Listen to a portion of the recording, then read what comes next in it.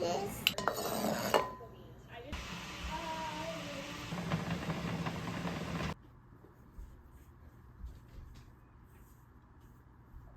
everyone, and welcome to the garden where it is peak tomato season and we are sure living in abundance right now.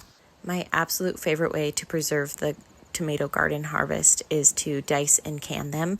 I feel like we just use them a lot more in our cooking. It's an ingredient that we normally buy from the grocery store that I can kind of replace with our garden. This is a great beginner canning recipe if you are not extremely familiar with canning, and so I hope that you follow along and give this a try.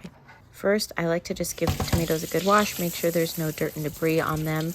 A lot of people do like to blanch their tomatoes and then peel the skin off by just dipping them in hot water really quick. I personally like to leave the skin on. I feel like it adds some decent texture. It doesn't weird me out, but at the end, and it's got some fiber. So I don't bother peeling off the skins. That part's optional. Do what floats your boat. Otherwise, to prepare this is pretty simple. I like to cut off the stem section just because it is a little bit more tough, and then dice up your tomatoes. I like to make sure I cut off any blossom rot or bad spots, cracks, bug spots, anything like that. That's just kind of not appetizing for the tomato. I will be sure to cut that off, but otherwise I leave all the seeds and the skin and everything. I just throw it all in a big bowl to jar up later. Now, once you have all of your tomatoes all diced up, you will start getting your canning equipment ready.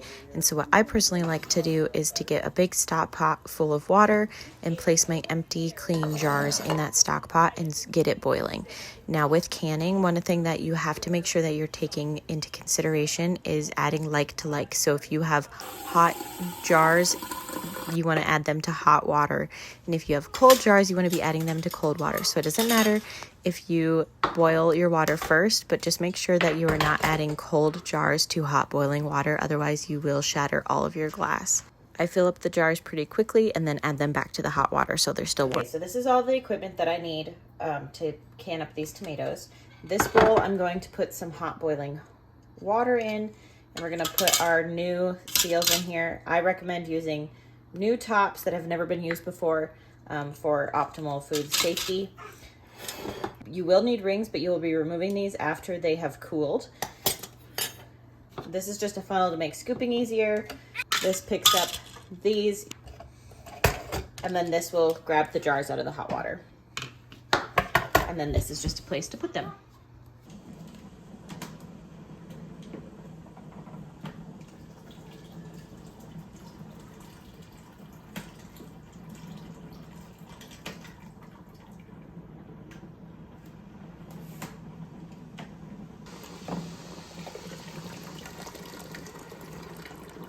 Once my water has reached a boil, I like to take my empty jars and kind of just dump out the extra water. I did preheat this bowl a little bit with some warm water and then add the boiling water to kind of get those lids nice and soft. And then to each of my jars, I'm just going to be adding a tablespoon of lemon juice and half a teaspoon of salt. Now this is to a pint jar. You can adjust this measurement as needed with whatever size of jar you're using. The lemon juice increases the acidity and keeps it food safe. The salt is completely optional. You can completely disregard this if you would rather just season your food later while you're cooking. It doesn't have anything to do with the food safety content of it. Now, for filling the jars, you want to make sure that you are filling the jars as full as you can, with also still giving headspace. And so I like to fill it up and just pack it down in there. You kind of want the juices of the tomato to kind of leak out and kind of cover all of the tomatoes that you're putting in there. And then I like to stop filling up my jar at the rim of where the lid would sit. So you'll kind of be able to see that here, but just kind of right below that lip.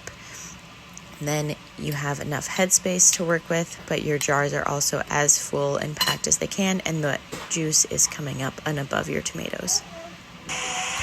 Then you're going to want to wipe off the rim of your glass so that there's no tomato juice that could affect the seal, and twist on the lid finger tight. You don't need to crank it. You need the gas bubbles to be able to escape when it's in the water bath, and so just tighten it enough, but it doesn't need to be completely screwed on there where you're not going to be able to get it off. And then you can add this back to your hot water bath. If your jars were cold, you would be adding this to cold water and then starting the hot water bath at that point. You will be water bathing them at boiling for 45 minutes, and you can kind of just walk away and let them do their thing. You want about 1 inch or 2 of water above the tops of your jars just so that they're completely submerged and covered. And then I like to take them out, put them on a towel, and let them sit. You do not want to touch the tops of them because the seals will be popping and they will be indenting, and you don't want to give it a false seal. So do not touch the tops of them, just let them sit. And after about 24 hours the next day, I can go through, well, maybe it's about 12 hours, and remove these rings around the jar. The seals should be completely sealed on there. They should not be coming off easily. And then we have a lot of calcium in our water, and so it always leaves a residue. So I'm just going around here and cleaning off my jars a little bit so that I can properly label them. But you might not need to do this step. This is also how I will be storing these diced tomatoes without the ring on them. If anything is wrong with the food safety of these canned tomatoes, the top seal will break because they'll be making air in the tomatoes and break that seal. If you guys found this video helpful, please give it a big thumbs up. It really supports my channel, and I hope to see you in the next video.